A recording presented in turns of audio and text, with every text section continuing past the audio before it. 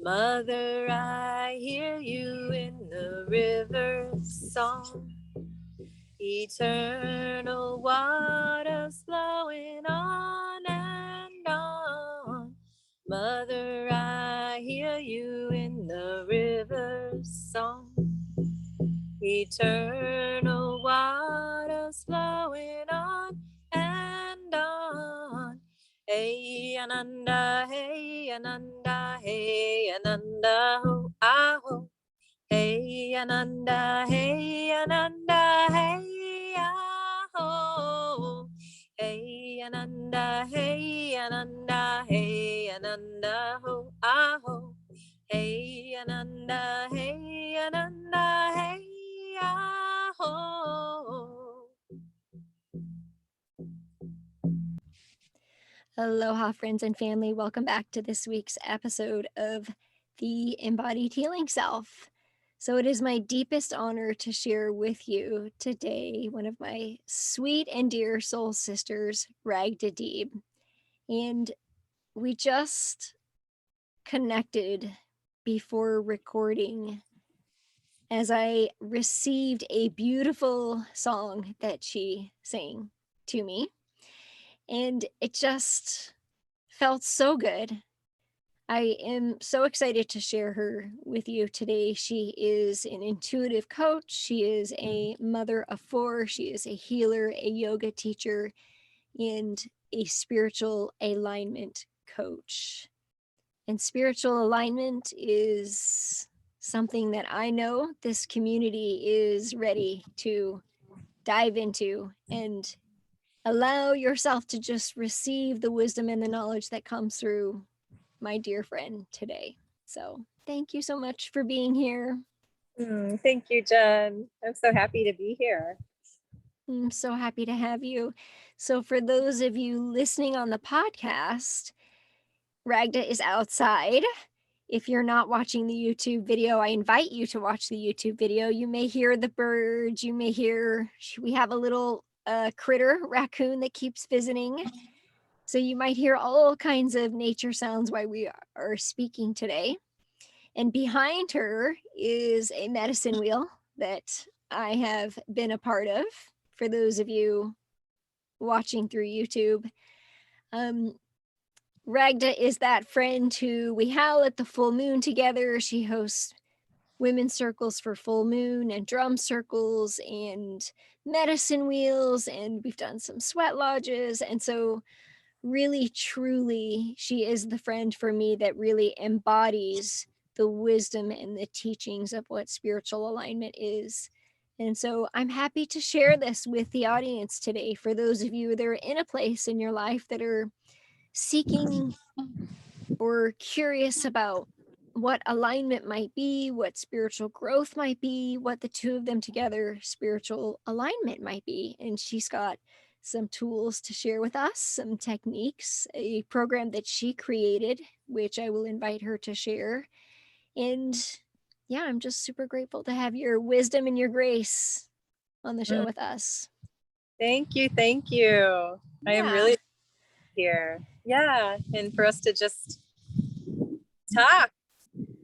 Allow just for whatever wants to come up. Yeah. Let it whatever. flow.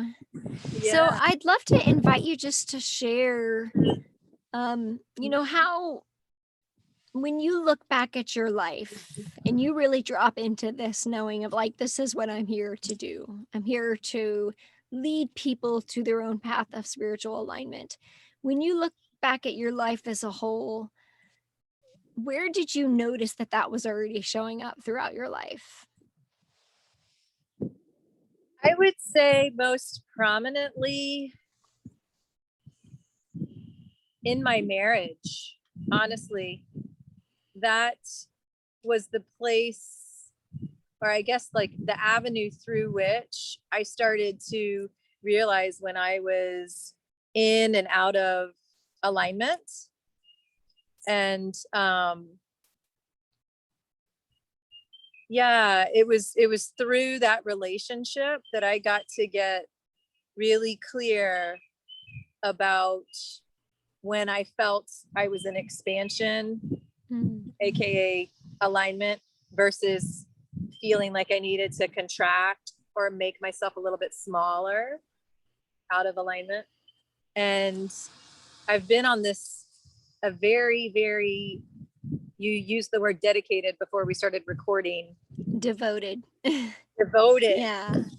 Another girlfriend used the word dedicated 2 days ago. And then I brought in devoted too. And then you said it again before we started recording. But I've been on a really devoted and dedicated spiritual journey for probably 15 years now, where, and most prominently over the last, I would say 7 years ish,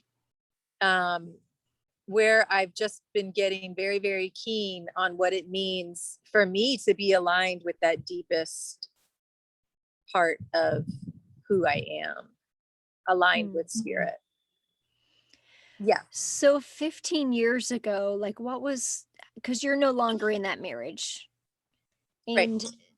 so you said that 15 years ago you started this spiritual path. Like what was happening in your life? Were you uncomfortable? Did you feel unhappy? Like what was the thing that really invited you to start shifting something?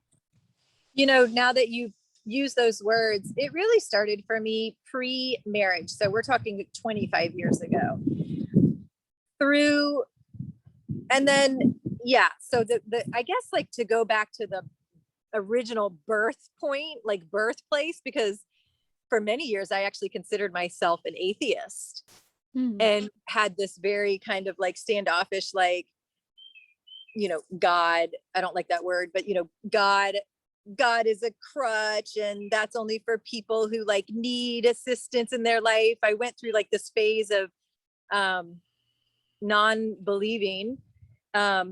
And my parents got divorced when I was a freshman in college, and I started to experience anxiety. And I never had experienced anxiety before in my life. And sometimes it would be very crippling. And it started right around the time of my parents' divorce. And it just kind of I carried it with me into pre-marriage and even more after I got married. But I think it was after I got married, there were times like we would go out, right? My ex-husband and I would go out, and I would be, for example, just in a social setting, like at a party. And I would get so nervous, like pretty, I don't know if it's severe, but pretty bad social anxiety, to the point where my palms would start sweating, my heart would start racing, my thoughts would become discombobulated. I wouldn't be able to think clearly. And I would just kind of like, just be way, way, way out of alignment, right? At that time, I didn't even know those terms, and then I would go home, try to go to bed, and my mind would just race. Just, I should have said that, or I didn't say that, or I wonder if that came across the wrong way or the right way, or whatever. And I would drive myself crazy. And I remember way back then, that was probably 20 to 25 years ago, going to a hypnotherapist. And I also dove into past lives as well at that time to try to unravel, what is this anxiety? Like, what is this coming from? Something around the throat, something around my expression, my ability to speak. And so that was like the original transition from, wait a second, you know, there's something bigger than me here at play. And that's when I dove into hypnotherapy, also mediums, talking with mediums, and past lives, and discovered a lot through that. And that's what really initiated the beginnings of my journey. Did that answer your question? It did, yeah. And thank you for sharing that, because I know that there's a lot of people on here listening that can relate to the anxiety and the voice in their head. And am I good enough? Did I say the right thing? Did I do the right thing? Was it my fault? What could I have done differently? Like, you know, there's the rabbit hole that we put ourselves into. And even when we're aware of it, how easily we can be pulled back into it as like it's like a little saboteur, a little like thing, you know, it's like this, I don't even, but it happens to even people who are committed and devoted on this journey. And that's where the devotion comes in, is it requires the devotion and intention daily to pull yourself out of it. I can't remember, at some point in time, I remember hearing that it takes like 3 positive acts to overcome like 1 negative act, like energetically. So like I think of that when it comes to spiritual alignment, like the intention and devotion that it requires to actually walk and be in this, on this path, or to be this, is kind of like a 3 to 1, like we're going to get pulled out. And that's why the intention in a daily practice is so important. And what you shared is that what you noticed for you, what I heard you say, is that there was just kind of like constant anxiety in the voice in your head, and kind of that unsettlingness. And a lot of what I talk about on this show, and I've talked about in previous episodes, is that whatever our internal belief system is, will be reflected back to us through relationship. So then we look at the marriage or our relationship with our kids or food or anything, whatever that relationship is reflecting back to us what's happening right in here. And that's where the alignment here first is a really nice starting point, because then we're not like, being swayed so much, or we don't believe that we are what we are experiencing all the time. Like our perception starts to change. So this, we started out by sharing that it was happening through your marriage. Now the marriage was reflecting back some of the things that you're already noticing, the anxiety, the voices in your head, this sort of like this, inner experience that you're having. And you and I were together during that time. You were actually leading warrior goddess training. And I remember this, you were just sharing in your journey and your presence of what was really happening for you. What I'm imagining that it must have been a hard decision to choose to, or was it like, how did that decision of like certainty that spiritual alignment for you meant this marriage no longer serves me, this is the path I'm going on, this is how I'm going to show up, how did that shift for you? Because I want to go into the shift and move forward, but take us to like that shift in that moment where you just altered course. Yeah, it was the hardest decision of my life, actually. And it was a decision that I mulled over, not just for weeks or months, but years. And I went through a lot of psychotherapy, and I was, just generally speaking, my personality is I'm 110% in or none. It's like all or none for me. And I was all in. I'm going to try to figure out a way to make this work, this marriage. And the thing is, we always liked each other, right? And we had beautiful love. And I still love him. I think I will always love him. There will always be a place for him in my heart. A very tender spot, it's a different kind of love, of course. But yeah, I think there's just so much to the journey, but some major shifts happened in Teotihuacan, Mexico.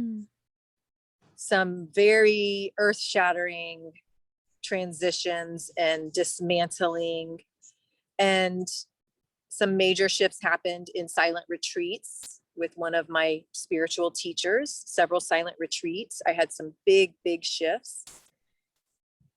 And as I became more in tune with the truth of who I am, with tapping into that space where the word expansion is coming to mind, you know, like where you feel expanded, you feel liberated, you feel free, like you feel your own freedom. And the more and more I became attuned to that, the more I realized it was challenging for me to stay there, in that relationship. But I was hellbound and determined, like, I'm going to make this work, and I'm going to turn every stone over. And so I turned every single stone over. And then I remember getting to a point where after several years, I just got to a point where I was like, and this is all inner, right? This is my work. It's my journey, and actually didn't have anything to do with my ex-husband, you know, but I got to a point where I was like, okay, I'm not willing anymore to make myself small, like to not be me, basically. Like, so I have to be me. And so I do remember a time where that was like a turning point for me in that relationship. Yeah. Well, I love that you shared, what's coming up for me is like, I'm just feeling into, like, we can love somebody, we can love people, friends, partners, and it doesn't mean that it's totally in alignment with our path. Like, it doesn't. So that's kind of like the all in or nothing kind of shadow, right? It's like, and I can relate to that, but when we love fiercely, and we want to be all in and committed and devoted, but the true commitment and devotion is to our soul alignment, not to all the external things. And that's a hard thing. As I'm saying it, like, it feels like a very uncomfortable, hard thing to swallow, because then all of a sudden there's all these voices in the head, like, it's ego, you're selfish, you're but so I want to speak to, how did you overcome that? Because I know that there are people listening who they're in a relationship right now. It's either with work, with a spouse, with money, with food, with the pandemic. I mean, everything is a relationship, a co-creation, and it's the perception is that it's creating suffering for them right now. And so what we do is we put, like, our peace, our joy, our alignment in everything outside of us, everything externally, right? And because there's these voices in the head that say that if we don't, then we're making it all about us. Like, how do you discern what is healthily serving my alignment, and what is being selfish? Yeah, that's a really good question. And honestly, it's practice, and it's trial and error. And you're never perfect at something when you first start. When you're learning to ride a bike, you fall many times before you're a pro at riding the bike, right? And I'm not saying I'm a pro at spiritual alignment, but I definitely have practiced it a lot. And it is a practice, and it takes an unbelievable amount of courage coupled with trust. So Courage and trust. an unbelievable, it takes a brave heart and a massive amount of surrender. Courage and bravery are close, and trust and surrender are close, right? So, and then it's, there are so many tools that we can use, and exercises that we can do, and ways to open our hearts, ways to open our throats and our verbal expression and speaking our truth. And well, let's talk about that, because this is really what you've created, are the pillars of spiritual alignment. So you've created this offering to invite people into what that could look like. So tell me a little bit about what inspired you to create this, because it felt aligned for you to create this, and tell us a little bit about what those pillars are. Yeah. So you've heard me say before that I live and breathe spirit, and that's just like who I am and what I'm about and how I live and how I operate. And spirit, I feel like when I speak or take action or make a decision, top of mind for me is almost always spirit. Like, what is my higher self or inner being or the flow from deep within? Where's that wanting to go? And so how do you check for I'm just for people listening, they may not even like, what does that mean? Like, how does that show up for you? Are you in meditation? Are you listening? Are you checking in with your body? Like, when you say you're checking in with higher self, what does that look like for you? Yeah, it's all of the above and more. All of the above and more. And so the program has a lot of content in it. And we go through the aspects of the physical body, that pillar. There's 5 pillars of spiritual alignment. And as you know, that pillar 1 is called Soma, wisdom. And so in that pillar, we get really clear on what it feels like to be in and out of alignment.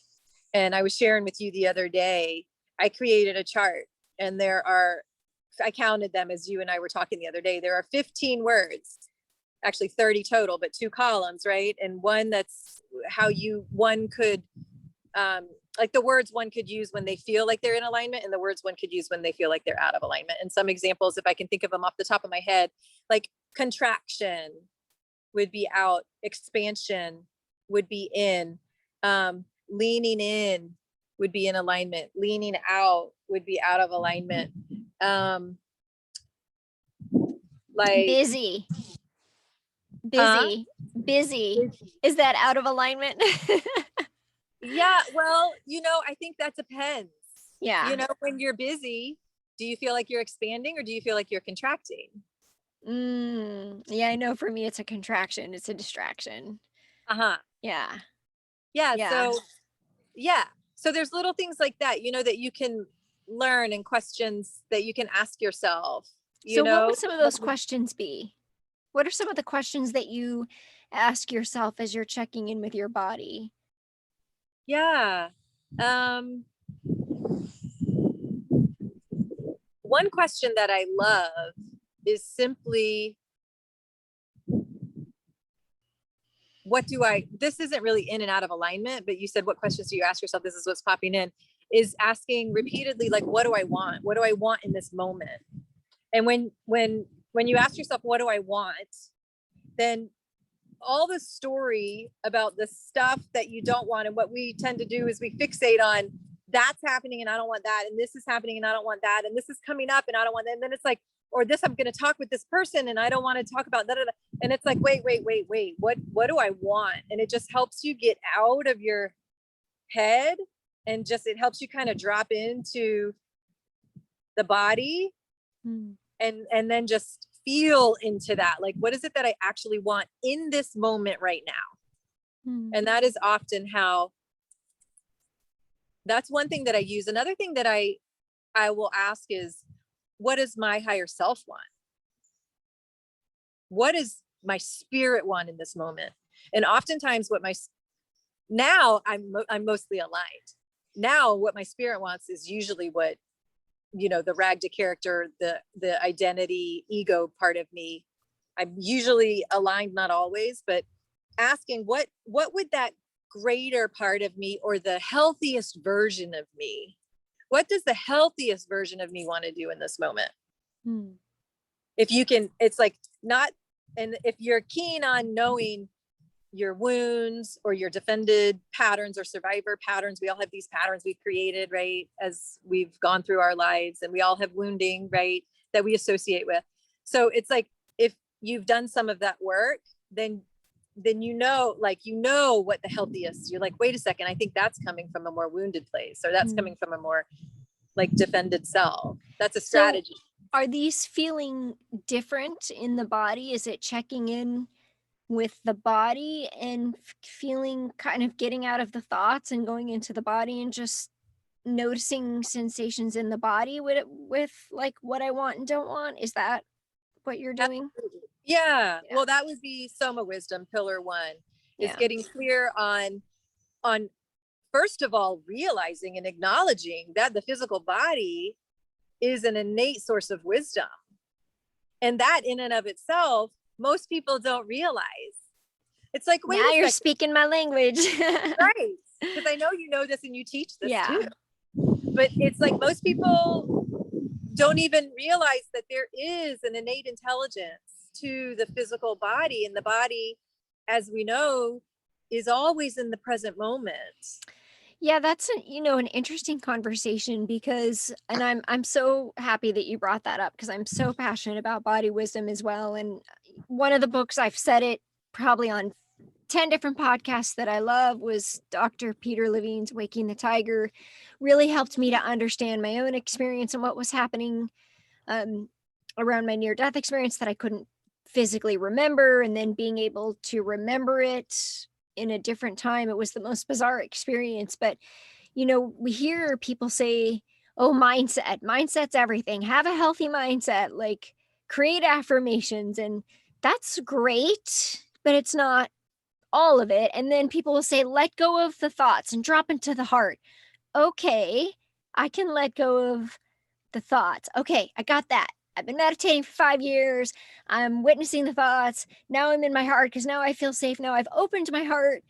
Well, that's a whole nother thing, because opening your heart, are you leading from your wounded heart or your healthy heart, right? But then there's this other piece, and you and I are in the world of energy and the chakras. It's like dropping down even further into the body. So it's like, okay, witness the thoughts, allow the emotions, and drop into the wisdom of the body. And so what I'm hearing you say is that you have a practice of really dropping into noticing whether or not something feels in or out of alignment in your body. Yeah. That's right. And again, it's a practice, because most people aren't keen on this, and they've never even been taught this. They don't know this. And so when you start to listen, it's just so easy, and it doesn't fail you. If you have a negative reaction inside the body, or it feels like a pulling in or a contraction, or withdrawal, then typically that's not the right path for you. And so I trust that. I don't want to say to a fault, but sometimes it feels that way, because I trust it in conversation. I trust it with my friends. I trust it, so, and to really live by that, again, it takes courage, and you have to practice it and trust it. And the only way to trust it is to practice it, because when you practice it and then it works, you're like, oh, okay, so now I kind of get what that feels like. And then you practice it again and it works, and again, and it works. And then you start to really build trust, not in yourself. You're building trust in yourself, in that bigger capital S self. Yeah. So as I'm hearing you say that, there's two things that are coming up for me. And I'm just thinking about people who are listening who are like, oh yeah, I can trust my body, or maybe I don't, right? Like, so one, really establishing that relationship with your body is important, right? Because you have to have that relationship in order to even listen to it or to trust it. And the other thing that, as I'm hearing us talk, and I know in my experience and your experience as well, and I've talked about the core workshop retreats on this podcast multiple times. I had Britta on the show, which is a lot of the work that you and I have done, where we were given space to really dive into and heal a lot of our heart space. Is, for me, and I'm wondering what your thoughts are, but you have to be willing to be vulnerable with the heart first in order to drop into the body. I'm wondering how that, and I don't mean vulnerable from an unhealthy place. I don't mean a vulnerability as in like, I'm so open and I just need, this, but the willingness to receive and allow emotions to flow through you, because I know in my experience, I had no idea that my heart was even guarded. I didn't even know, because I felt like I was so sensitive already. There was no way. Went to this retreat, had no idea that I could feel the depth of all these other emotions, because I felt like I was already experiencing them, but there was a whole nother depth to them. Yeah. And then in my experience, what actually happened was I felt unsafe in my body because the emotions were so much. And then I was allowed to reframe that. I chose to reframe that through feeling unsafe and then having an experience where I remembered something that my body brought the memory back to, and realizing, oh, the body's speaking to me. It's not that so as long as I was resisting, like, it's like I opened it up, felt these emotions, and then I was resisting, it felt unsafe. But if I was kind of allowing, but dipping the toe in and not being attached, then I could come back and sort of check in with the body a little bit. I don't know if your experience was different.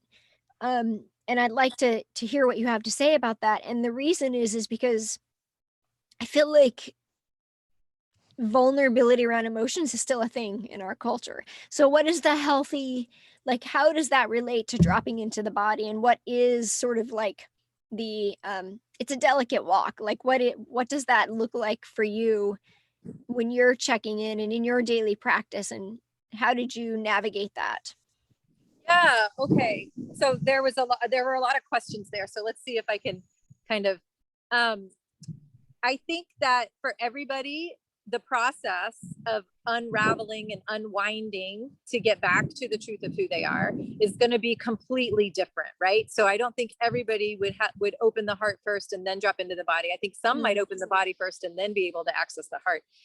So that's one thing. Another thing is, you're very, I totally agree with what you were saying. Like, you have to first establish a relationship with the body. And so each of the pillars have three sessions, 3 to 4. The fourth pillar has four sessions. And the first one for Soma Wisdom is discovering your relationship with your body. That's the very first step. It's like, wait, do I even have a relationship with my body? A lot of people are actually detached from their body, and they've had to do that in order to protect themselves for a whole myriad of reasons, right? And so it's this discovery of, first of all, like, what is my relationship with my body? And creating a relationship with your body and learning how to really love your body. So, like, and again, this is like all just pillar one, but yeah, so that's crucial, right? Just to have an awareness around that, because we can't just all of a sudden drop into listening to the innate intelligence of the body if we don't even have a relationship with the physical body. So, and then now I'm not sure if there were other questions, but those were the two things I wanted to hit on. Yeah, I want to move into what the second pillar is. And I want to just say that actually, what's interesting, what's coming up is, you mentioned that some people have become attached from their physical body, some of it because of trauma, some of it for many, many reasons. And, also, there's also this interesting other thing that's happening in, like, the spiritual community. And I went through this myself a couple of years ago when I was getting really into meditation. I would actually check out of my body, and I was avoiding being in the discomfort of the body, because it was a lot easier just to be like, oh, I'm just like going to be in 20 minutes of just like whatever. And so I realized that that was unhealthy. So when I hear you say establishing a relationship with the body, I think it's important to just recognize that that can happen for so many different reasons. It can even happen with good intention, such as creating a spiritual practice, where, right? And it can happen because of trauma. And I just wanted to bring awareness to that, because I know we've got all types of listeners on here. So once we have a healthy relationship with the body, which is where it starts, it's why we're here, it's how our soul gets to be here. What comes after that? Yeah. So, well, as we were saying, so for Soma Wisdom, then it's all about tuning into that innate intelligence, right? And then as part of pillar one, I incorporate ceremony too. And I do a shamanic womb healing ceremony, which is a beautiful opportunity for women to feel and experience being in ceremony, being in sacred space, and kind of like just helping guide them into that space where they can feel that place of truth, like capital T truth. You know, they can experience and feel deep peace inside through ceremony, and it's a very healing ceremony too. So throughout the 6-month journey, there are ceremonies interspersed. But to move on to the second pillar, it's having emotions without them having you. And the essence of that is, first of all, being really clear on what emotions are, what they're not, what are the words for emotions, how do we express our emotions.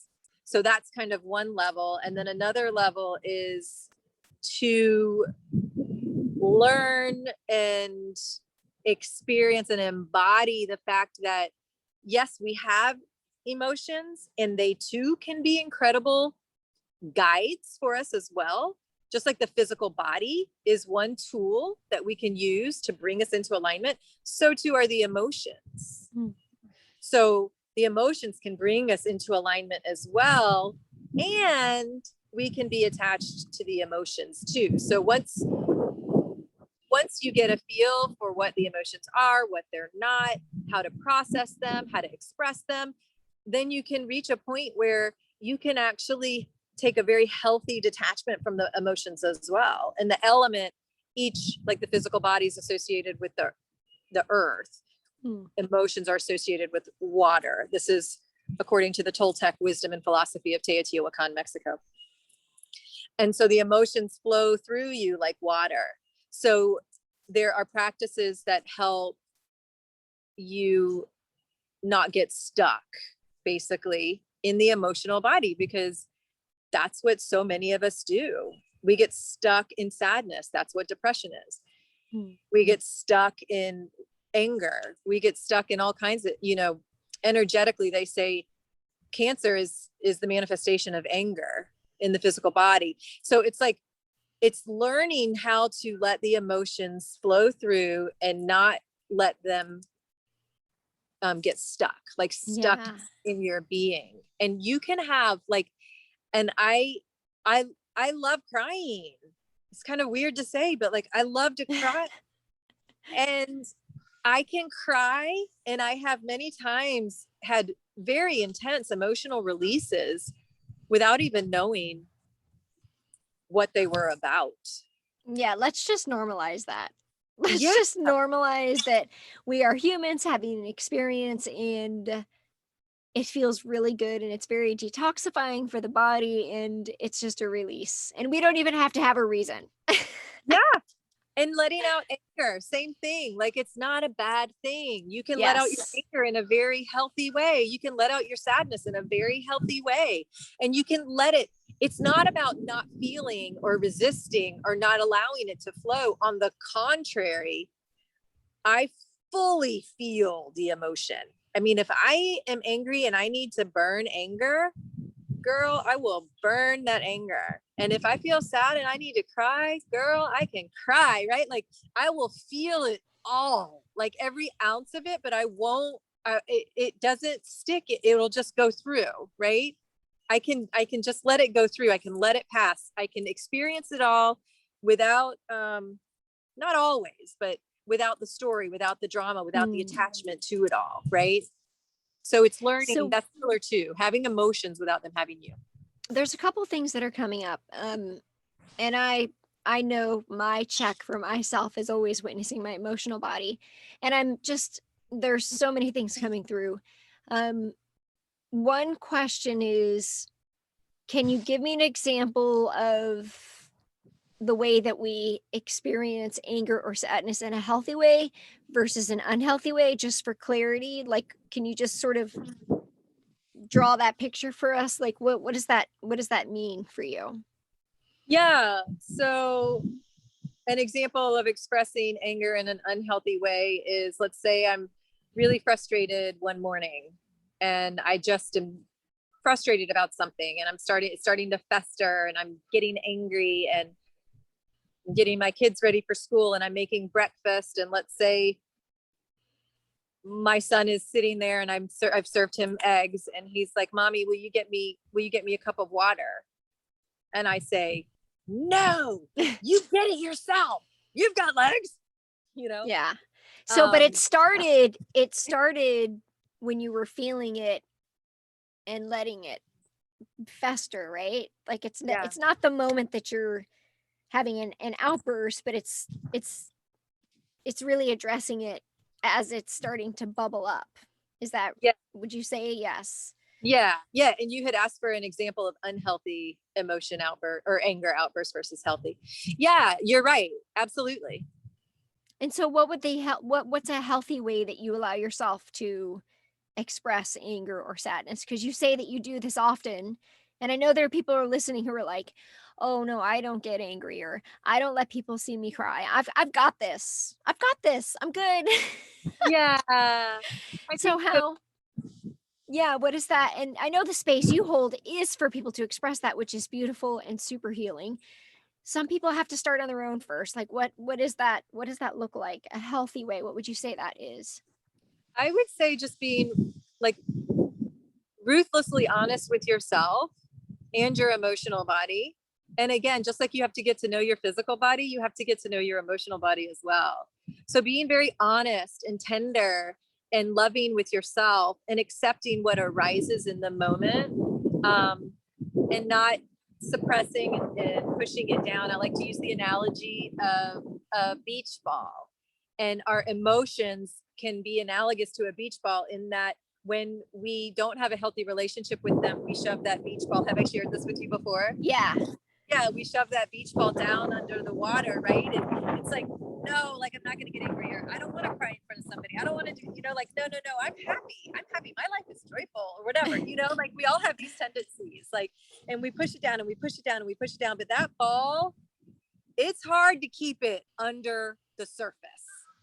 And you're just going to turn your head sideways one day and it's just going to pop up and it's going to splash you and everybody around you. And so I think it's just developing and cultivating a relationship with your emotional body and not suppressing the emotions, and just realizing that it's a part of our human nature. We all have them.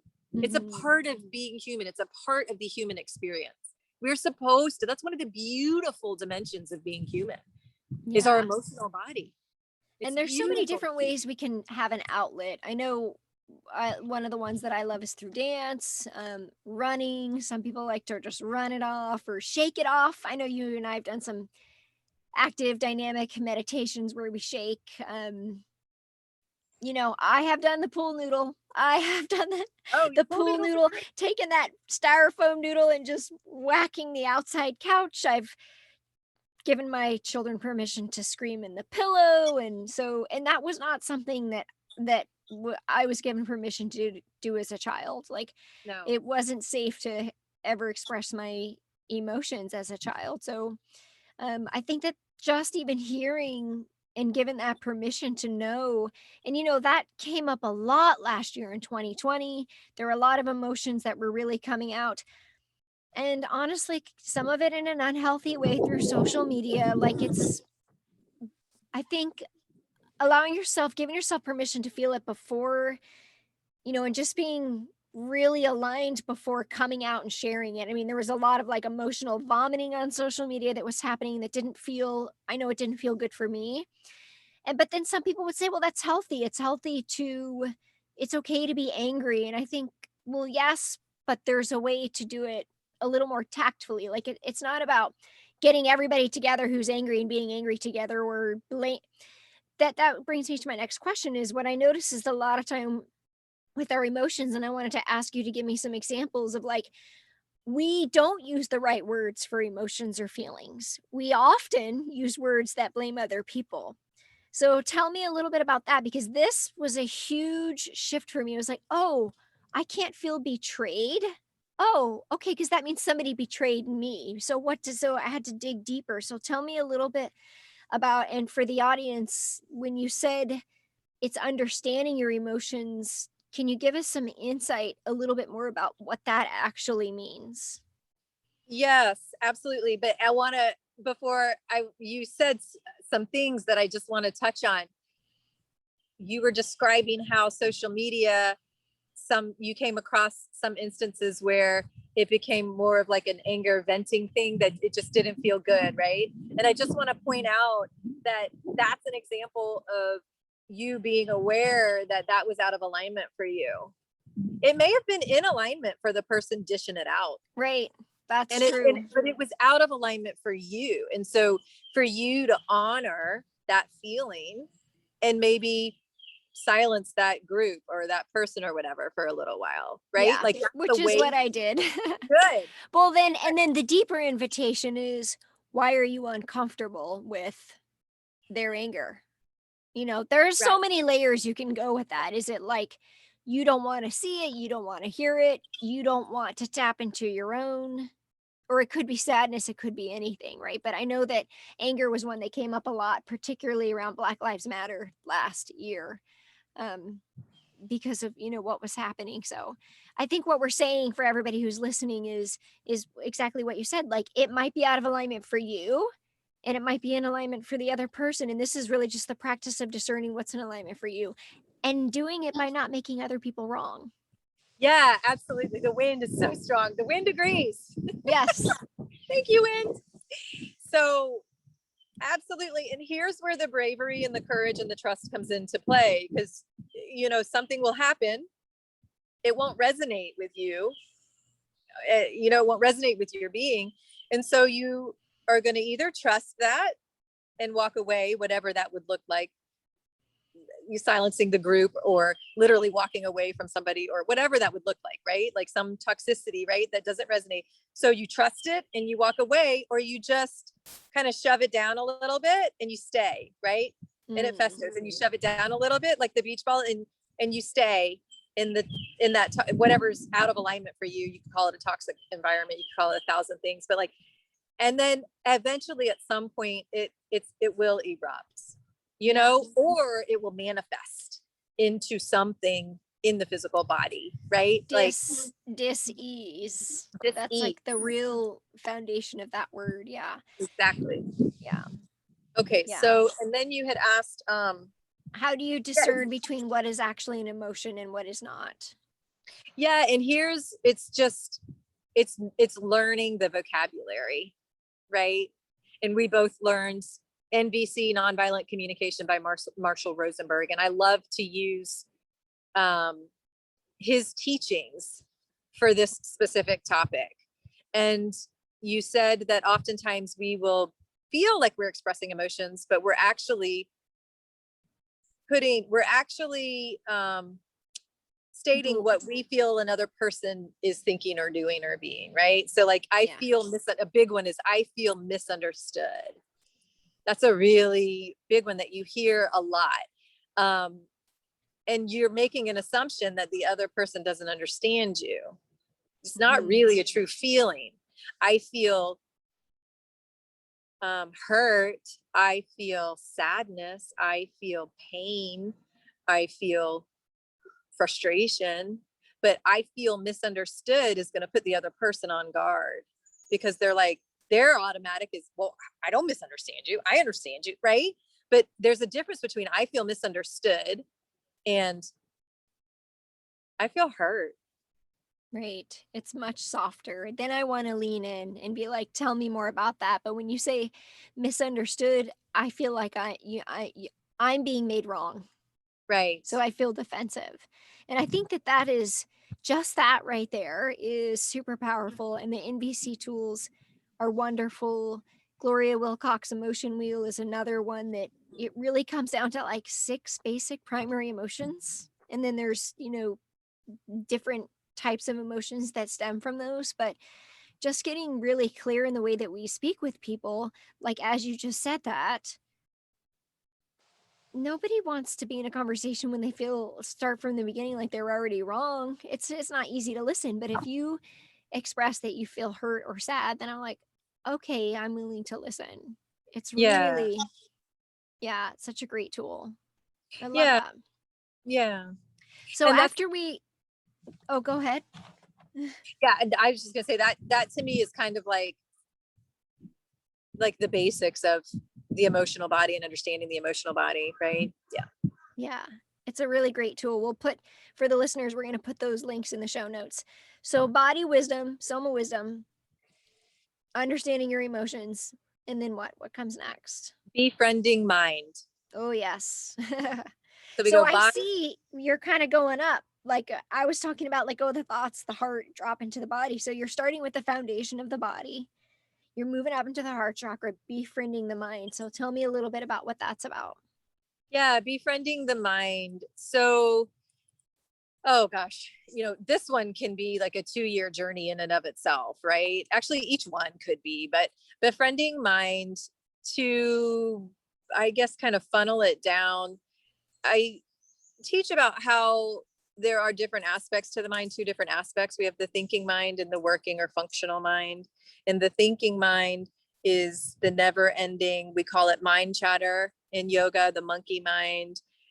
It's the incessant, ongoing story, meaning making machine that is restless and it never ends, right? That's the thinking mind. And that is where judgments stem, both judgments for yourself, judgments to others. And it doesn't serve us. The thinking mind, it doesn't serve us. So there are so many tools to help just calm. Most people cannot silence the thinking mind. Like the vast majority of people, it's like, it's not about silencing it for most. For most, it's about turning the volume down. That's also where self-referencing happens in this thinking mind. And there's actually different parts of the brain. The part of the brain, according to neuroscience, is the default mode network. And so when we are like ruminating about the past, fixated on something in the past, or we're projecting into the future, worrying and anxiety about the future, this default mode network will light up in the brain, right?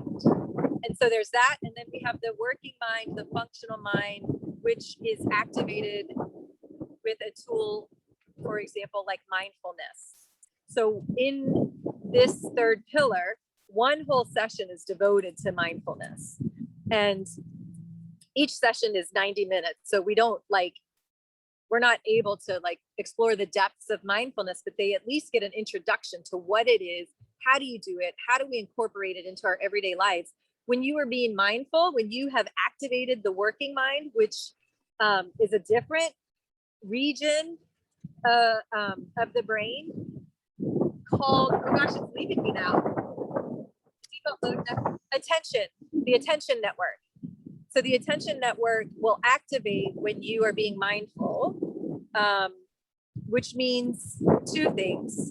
You are aware of what is happening in the present moment, and 2, without judgment. So that's the big part. Like, most people can become aware of what's happening in the present moment. I feel the wind, I see the blue sky, I taste toothpaste, like, this is in my present moment right now. I hear my bracelets jingling. But without judgment is the tough part, because it's the judgment that kind of pulls in that thinking mind, and the judgment that will be like, the bracelets are too loud, or the sky is bright, or the wind is too chilly, or whatever. Like, that's a judgment, right? So it's training the mind to really be keen on just what is functioning on that level of just pure present moment awareness, without kicking in the story and the drama and the meaning and the self-referencing and identifying with it. So and there's tons of practices, meditation, chanting. You can be mindful doing anything, taking a shower, washing the dishes, so that's the in the moment. I'm curious, in the moment when I'm getting good at awareness, right? So I'm just thinking like, okay, I got awareness down. And then I notice there comes the second thought, which is the judgment. So in that moment, what is a practice that we could do? I guess it just kind of depends on what the judgment is, because there's many different tools, right? Like what comes in, is it your constant Judge Judy? Or is it your, I have names for them. Is it your constant victim, Victoria? What is it that's coming in? Is it that, or is it anxiety and fear around the possibility of something happening in the future that you're constantly fretting over? Like there's different tools for different. So the question would be like, what's coming in? What's the judgment? So staying in the awareness then, almost like, so there's the awareness and then there's the judgment or idea about it, and then going back into awareness of what's that about, or is that Well, what I was actually asking you the question, like, what is the judgment? Like, so I can get a better idea of what tool to give you, because there's different tools. But let's say it's a self-judgment, right? Like, I'm not pretty enough, or I'm not smart enough, right?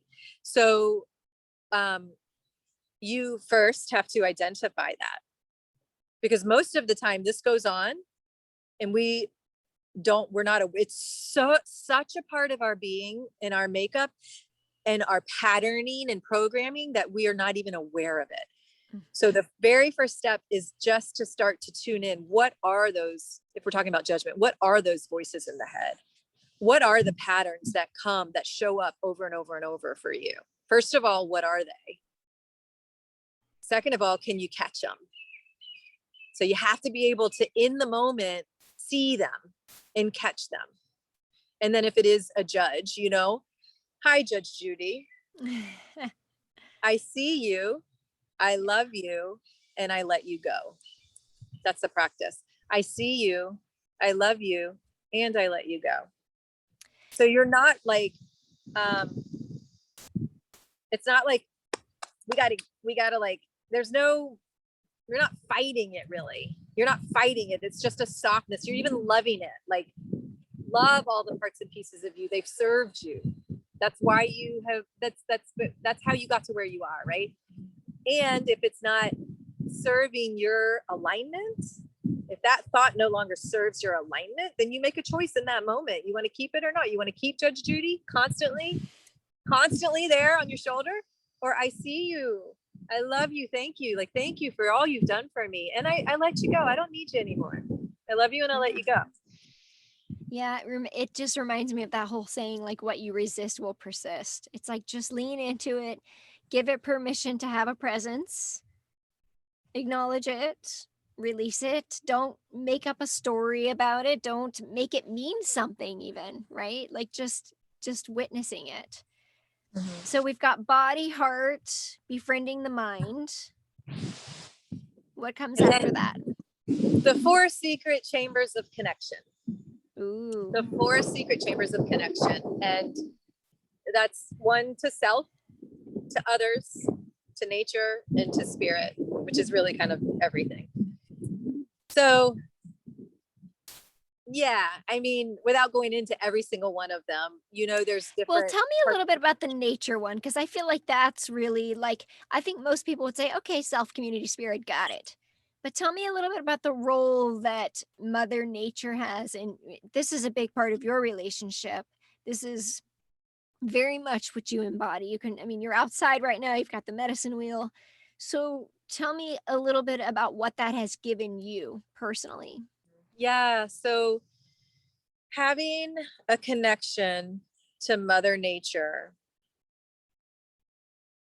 and being able to honor her as a tool for your alignment is life-changing, because nature, it vibrates and hums at a different frequency. And oftentimes all we have to do is just step outside and take a breath. Like, because our body can tune into that frequency. Like, that's our natural state of being, is a state of contentment, a state of joy, a state of freedom, a state of non-judgment. Trees don't judge each other. They don't look at each other and go, well, that's an ugly scar or whatever, like, whatever. They don't, it's, nature can be such a beautiful teacher. And to watch the abundance of nature. There's just so much to learn from nature, and cultivating part of that session is cultivating actual friendships with trees, like creating a tree friendship and a relationship, like start cultivating and strengthening the relationship that you have with nature, walking around barefoot, earthing, letting the soles of your feet connect to the dirt and the grass or the sand or the mountain or the river or the water, you know, and having that hum start to infiltrate your being, right? Allowing for her to bring you up, right? Yeah, as I'm hearing you share it, it just feels like such an energy of being held. Like we think we can do all these things. We're so in our head about what we can do. And the truth is that we can't do any of it without her. Because she sustains life for us. Everything. Food, water, air, like, so we could just break it all the way down to that and just realize that that is truly where we're being held. And I love what you said, that it just takes a simple, just step outside and take a deep breath. Like, just like find your way to create, to cultivate a relationship with nature in what feels good for you. It's different for everybody. You know, for some it's the ocean, for some it's the trees, for some it's the mountains, but just, I mean, really, it's such a simple yet something that I feel is, some people really know they need it, but a lot of people have forgotten. Yeah. Yeah. Well, we're so much in front of electronics and computers and phones and concrete jungles, and it's just a different world now than it was hundreds of years ago. And I feel most humans are yearning to get back to the natural hum of things. Most humans are yearning, and we actually, I mean, that was one of the blessings of COVID. It pulled us all back from our programmed, got to get up, got to go to work, and then I come back home and then I did it. You know, it's like it pulled us out of that. It broke all of that apart. And then people had to really kind of reevaluate their lives and just, wow, like what's important to me now? And people, yeah. So you have a daily practice that you do. Would you be willing to share what that is with Mother Earth? Oh, sure. Yeah. So every day I try to come barefoot unless it's like soaking wet or freezing, but I come barefoot. I have an offering that I give to the land. I made it. I call it the Goddess Blend, and it is organic tobacco, organic USDA certified organic rose petals and lavender flowers. And there's meaning behind each one, but the blend, and then I also have Florida water, which is flower water that was made by women in Mexico. One of the journeys that I did in Teotihuacan. So I have the flower water and I have my offering, and I come out and there's a ritual that I do, but it's basically, in a nutshell, it's I face the sun, so I'm connecting with the sun. I'm barefoot, so I'm connecting with the earth. Usually the wind comes and I'm connecting with the wind. And I give, well, first I take the flower water and I bathe myself with it. You just pour a little bit in your hand and you clap 3 times and it kind of sprays your face, and it's like an energetic cleansing. And I just pull apart the little things that are stuck on my, energy field, and I give myself a little bath. And then I take my offering and I put it in the left hand. That's the hand of receiving, the feminine hand. And then I say, oh my gosh, why am I blinking? I hold it up to the sun. I'm blanking. Maybe I'm not supposed to say it out loud. Okay, it might just be sacred, but you have a commitment. You have a daily commitment and devotion to nature. Yeah. I energize the stuff, and then I go through the chakras with it, and I kneel on my left knee, and I offer it to the earth. I give it to the earth. Yeah. And I also receive with open hands. I receive. So it's a whole process. I'm happy to share it with you. Well, I love that you shared the receiving part, because I feel like that is what we can give ourselves permission Yes. to it's the way that we can give ourselves permission to connect with Mother Nature, because I feel what I witness in, you know, the community of women that I serve and in my own life is like there's just this constant noise and distraction and busyness, and we're always doing. And a simple connection with nature is, I love that you shared you give an offering, but then you're also receiving, because Mother Earth is so abundant. She has so much to offer. Like, so, I mean, so much, like from joy in, you know, my family is all a bunch of surfers. So there's like the joy and the peace and the food and the water and the just like, it's just such a beautiful way to just receive. And Yeah. yeah. The words came, so I'm happy to share them. But I did, like, the essence of this comes from a shamaness that I learned, that I worked with in Mexico, in Teotihuacan. So the offering's in your left hand, and you hold it up to the sun, and you're facing the sun. And I close my eyes and I connect first. I just connect through the feet. I just connect everything to spirit. And then you say, Spirit, I know you know what I need and what I want, and I know I will receive it. And then I go through the chakras, and I feel the energy of each chakra, and I take the tobacco blend, and I go through all the chakras.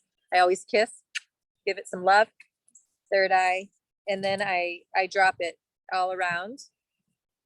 And then you put the hands out, and then you close your eyes and you receive all the blessings, all the goodness. And sometimes I'll lift my shirt up and let the sun go directly to the belly too, as I'm receiving. And then you take what you've received and you put it on the belly, and then you just kind of slide your hands and you give yourself a hug, and you just receive it into the body.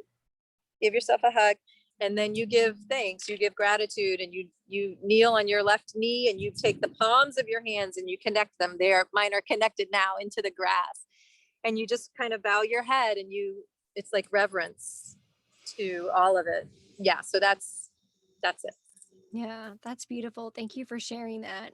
It's, yeah, I know that you have shared it with me before, and I just wanted to share with the listeners that you can create your own offering, you can create your own ceremony. And if this is something that you feel resonates with you, I just wanted to invite you to share that, you know, it's as simple as having an offering and making it whatever aligns with you. Yeah. And that's a good point, because I tweaked it. Like, doing the chakras that's something that I added in there. Like, I tweaked it a little bit.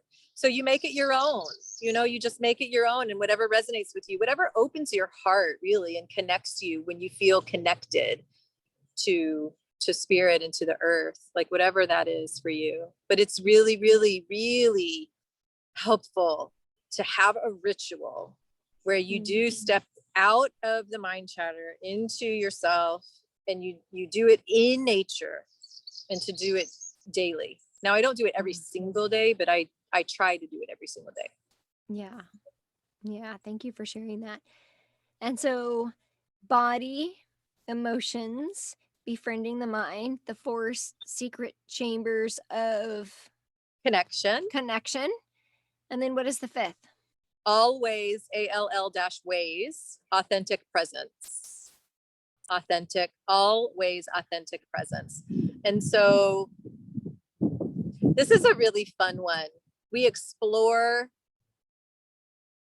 some really fun exercises that I've created to open up the throat chakra, self-expression, speaking your truth, really fun stuff. I'm wondering if you want to do one. You have to be willing to just be really goofy. Oh, I'm very intrigued and interested in we are such in a time of this voice collectively really wanting to be heard, and it's being heard in so many different ways. And for so long, and there's been a suppression of that, a lot of it in women. And so that's the colors behind me. Is the orange is the sacral, the feminine, and then the turquoise is the throat chakra. So, and this is also my growth edge. It's part of the reason I have the podcast, because it's a super major growth edge for me. Like, some people can just speak totally comfortably. For me, because of a core wound that I have around childhood, being shut down, speaking my truth, it always comes up as this fear of rejection. So and I see it happens a lot. So it happens with entrepreneurship, social media. Do I want to be seen? Do I not want to be seen? Do I come out of the shell? Do I just stay in my happy life, right? So tell me, yeah, let's do one of these voice exercises. I'm down for it. Yeah. Okay. So you're down for being a little goofy. Do I have to stand up because I'm in, okay, because I'm in a No, you don't. I'm in Okay. a small little space right now. Yeah. So part of, awakening or opening or clearing, getting greater clarity around the throat chakra is just a lot of people aren't comfortable with their voice and the range of their voice, or just their voice, period. Or they're not used to like breaking patterns too. So part of this is just like breaking patterns, and part of it is just being very free with your voice. Okay. And this is just one part. This is just one little section of one session of the whole pillar of authentic presence. But okay, so it's all we're gonna do. Okay. Do you have a timer or no? No. Okay, that's okay. We'll just do it. I was gonna say we'll time it for 1 minute, but we'll just do it for about a minute. And we're going to get very, very animated and very, very free spirited and we're just going to create our own language and act like we're having a conversation in a completely different language. We're just going to make it up. Okay. Okay. So full permission for those listening to mute if you don't want to be entertained by some, who knows what's going to come out of us for the next minute. All right. Okay. Ready? So we're having a conversation in like weird voices. Yeah, no, not weird. Just go with it. I'll start and then you'll just pick up on it. Okay. Okay. Okay.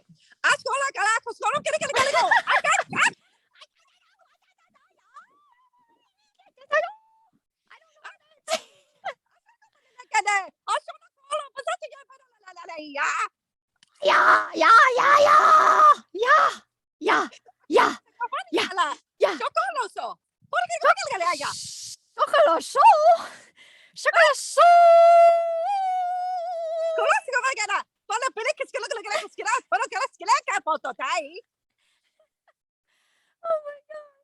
Okay, that's you've gotta like watch the YouTube video, because you have done this so many times that like you know what you're saying, and I'm just I have no idea what I'm saying. So, you know what the funny thing is that my kids do this. My youngest one has just done this. Like just like it's like you're speaking another language and you're just like being all silly. Or have you ever like made yourself laugh? Like you just start like forcing a laugh out and then you can't stop. Yeah. It's that release. Yes, it's very freeing, and it's like it just gets you out of your comfort zone. A lot of this journey gets you out of your comfort zone. So yeah, hallelujah. We could all use a little more freedom around that. Like, yeah, that's just like becoming a grown-up doesn't have to be so boring. No, it's got to be fun. It's got to be fun. I'm a 7 on the Enneagram. Like it's all about fun, but that's authentic presence, right? It's like it's breaking all the patterns, breaking all the norms. It's like owning who you are, stepping into your truth, using your voice. And I define authenticity. I think I said this, we were talking the other day, but I define authenticity as when the inner thoughts and feelings are mirrored by the outer words and actions. So whatever is happening on the inside is actually what's showing up on the outside. And that is not true for most for a lot of people, you know, especially with social media. Yeah.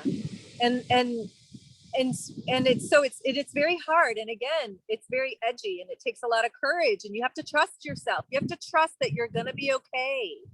Like, I'm safe, and I'm going to be okay if I don't do this, or if I do that, you know? Yeah, so I think a lot of us might show up in the way that we want to, and that might be escaping what it is that is present. And we're not, it might be a way of like avoiding what is uncomfortable and present, right?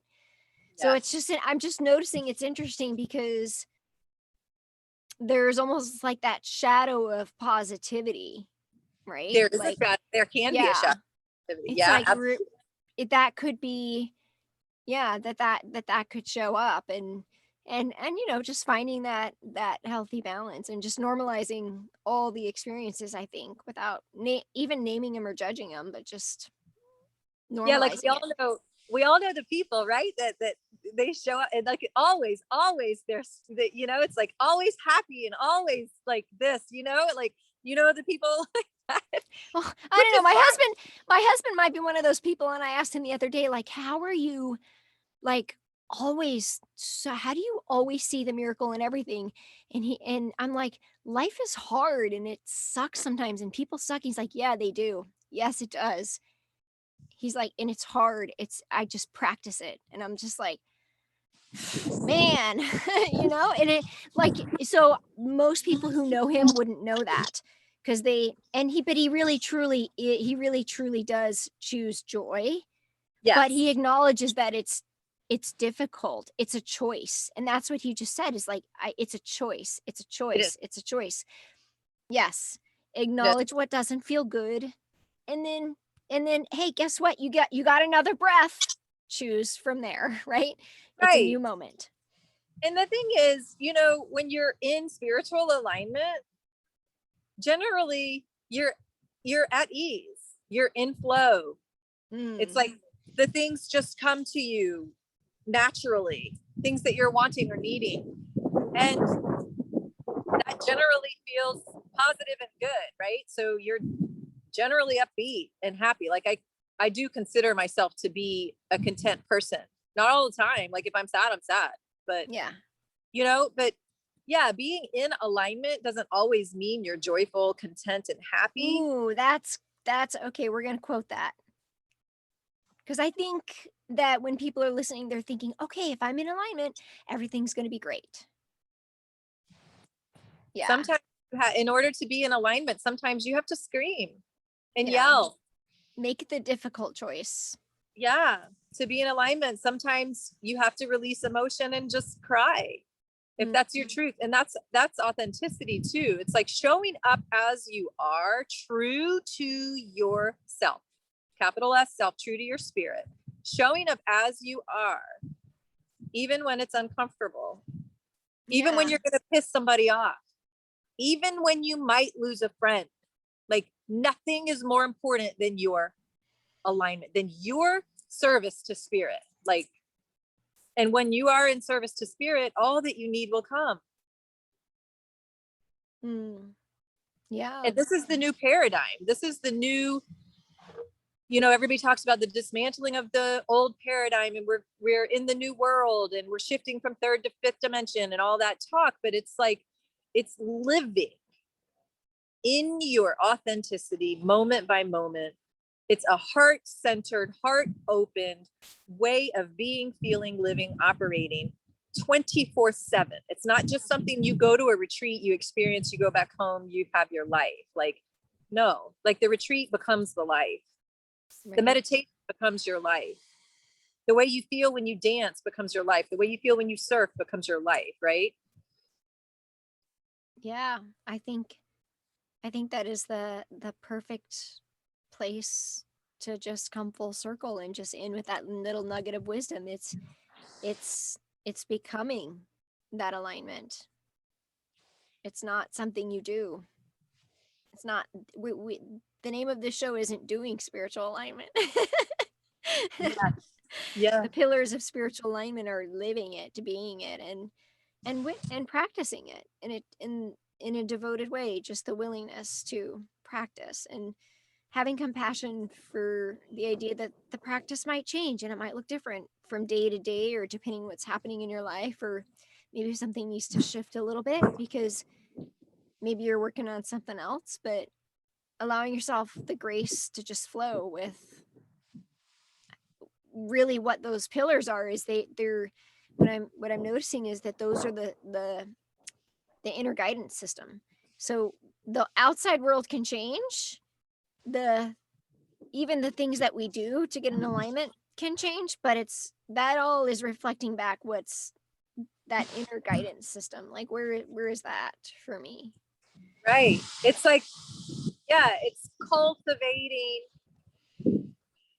the sanctuary within. You've heard me say that many times before, but it's all about that. It's discovering, cultivating, and strengthening the sanctuary within, deep within. And everything goes back to that, it all goes back to that. And when you stay true to that, the magic happens. Yeah. Magic happens. Well, thank you so much for being a guest on the show. It's been my honor to share you. And I'm going to drop the link somewhere to find you, your website, your Instagram. I know that you also have a nice little empowerment altar ebook that you share, encouraging people to set up an altar. And you have information about your 5 pillars of spiritual alignment on your website. So not yet. Just so you know, not yet. So if anybody's interested in any of that, the ebook, the 5 pillars, I'm in the process right now of transitioning from WordPress to Squarespace. Yeah. So it's still the old website right now, but on the old website, ragdadeeb.com, you can email me. So if anybody is interested in anything at all, just shoot me an email through the contact page on the current website. Awesome. All right, my dear, thank you so much for being with us today and for sharing your grace and your wisdom. Such an honor. Thank you so much. Thank you, Jen. Thank you so much. Love you. My pleasure. Love you too.